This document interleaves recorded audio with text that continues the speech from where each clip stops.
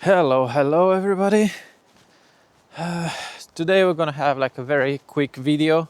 I just took 150 or 200 images, something like that, for that macro, so it's gonna be like a focus stacking. And yeah, I'll show you how I've done it, and then we'll go into Affinity and we'll edit the image.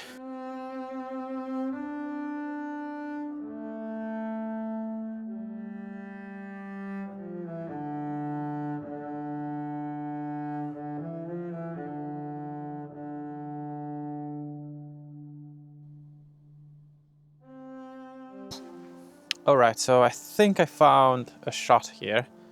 I found a patch of greenish, bluish moss, as you can see here.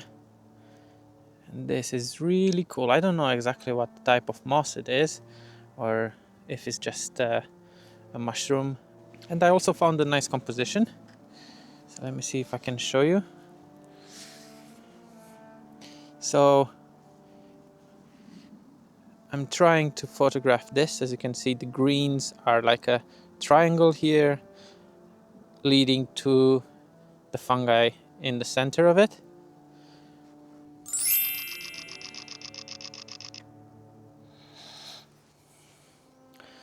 Right, let's try to create another folder, and I'll go focus bracketing. I will do 45 shots because I want this to be in focus. Yeah, let's see. Can we find something else here? Okay, let's try this because this one has different colors and I really like it. Something like this, and I'll try to focus somewhere around here and just 45 frames.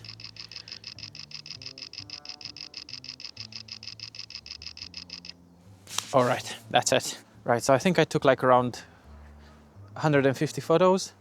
Let's jump into Affinity and edit them. Right, so we're back home. Let's upload our images into Affinity and see what we've got. So we go new, focus merge. We can add. So this is number 3. We'll get back to this because this was a test shot. So we go back to number 2 here. We have some CR3 images. Open. Okay. Now, while reviewing a bit these images before trying to record, I've noticed that my focus here is all over the place. I think we have 2 main reasons. First of all, it's something rushed. I still don't have a lot of experience, in terms of taking photos in public places and trying to film as well, which adds another level of me being more anxious about it. So I hurried taking this image. Another reason, which I discovered after I've seen these shots, and I've also did some trial and error, is this camera here has an issue. I am using EF lenses with a ring adapter to my camera. So this is a mirrorless Canon camera. I'm using a Canon EF to RF adapter, and this one as well. This is a Sigma 105. So this is a EF lens. Majority of us, I think, we didn't transition immediately to RF lenses because 1, they're very expensive, and 2, we still have a lot of lenses around which are perfectly fine to use, but in this instance this lens gives some errors. So when I'm trying to autofocus with this one, what happens is from 1 to 1 here, as you can see on this window here. It goes from 1 to 1, it goes gradually, as far as I've set it up, you know, wide or narrow. It goes farther or closer between the focusing. But what happens is it skips a few frames. So it goes from 1, 2, 3, 3, 3, then, you know, then it starts moving out. I don't know if it's the lens. I still didn't figure that out. If it's the lens or the fact that is a adapted lens to this camera. As a solution, what I'm trying to do is make more manual stacking rather than rely on the camera to move the focus plane. And the way I can do the manual focusing is through this little thing that I bought from eBay. It's a rail. It's a Panagur rail, which allows me to mount the camera here. And this I can mount on my tripod using this lever here, this wheel. I can move it closer or farther away from the subject. I can move the camera away, or I can just use the ring, the focus ring that I have, and just try to do it that way. But let's get back to our image. Even though the focus is all over the place, I still like this image. So I think I'm gonna do a crop, and it's gonna be a 1-to-1 crop, and I'm trying to get, you know, as much as possible in the frame. And from a composition standpoint, let's say we have a diagonal line here which goes, you know, straight. Actually, it's, you know, cutting the image into where I have a lot of information here on the top and basically a lot of blur on the bottom. But yeah, I like it, so let's commit to it, Command 1, and you can see this image has a lot of details. I really like, you know, how this turned out, even though, as I said, it's not perfect. It's something that I really enjoy, and, you know, seeing the wonders of the nature and how nature works, it's something amazing. A lot of colors. I still don't know what this type of plant is, if it's just like some tubular fungus or something like that. I don't know. If you know what is this called, please leave a comment below and tell me. I'm really interested. It's really cool. It looks like an alien. If we zoom out a bit, it looks like an alien that tries to, you know, escape. You know, you have the arm here, another arm-ish here, and the body. So yeah, as I said, it's nothing wow extraordinary. Is not that great because of the focus issues, but I still enjoy it. I really enjoy it. Let's see the other one. The other one was a test shot. I wanted to see how to focus and if I can capture as many images and possible. So no, it's not open. It's gonna be File, Focus Merge again. Right here we have more images. We can open, hit OK, and let's wait. Right, so again, this is a test shot, but it's so beautiful. The nature is just amazing.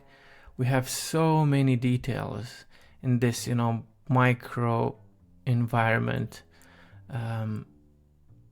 So many things are happening. I really like it. And again, it's not a masterpiece, not by far, but, you know, being able to take this type of images and see the nature close enough, and, you know, people are just passing by, and I was just passing by and not be able to, you know, glance at this and appreciate the nature more and see how many things we have around us that we're not even considering. So I'm very grateful for this. I really like it. Photographic, yeah, it's not there yet, but enjoyment level, 2 thumbs up. And I can use this one for a thumbnail as well. 2 thumbs up. Yay. It's gonna be harder to edit the thumbnail, but there you go. Let's crop this image a bit and see if we can find like a center of interest in this whole mess and you know, salvage a bit. I'm still, you know, this is not a portfolio shot, but I like it enough that I think I'm gonna post it on my website. Why not? And you can see my website in the description below or on the screen. I think I'm gonna put it somewhere around here if you want to visit. So yeah, actually, you know, this looks very nice, and I'm gonna use it as my wallpaper. It's amazing. It's really, really, really amazing. I have another image.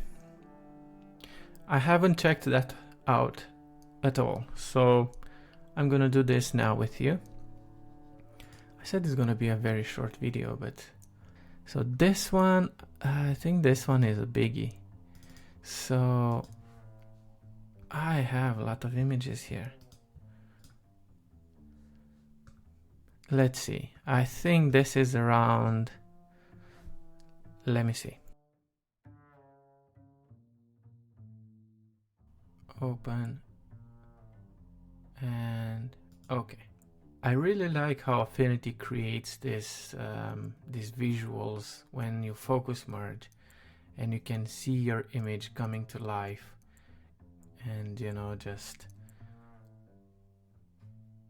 building frame by frame by frame by frame and trying to make something nice. Definitely it has more detail, and you can see more this type of plant that is growing. All right, that took a while. So again, I'm not gonna fiddle with the layers. I'm just gonna see what we see. Oh, this is very nice. Of course, you can see some artifacts around here from, you know, soft images, and you can go and edit those with clone. But again, you have 100 and something images. If you go like one by one, it will take forever, and this is not the purpose of this photo. It's just testing and see how things turn up in terms of macro shots. I really like it.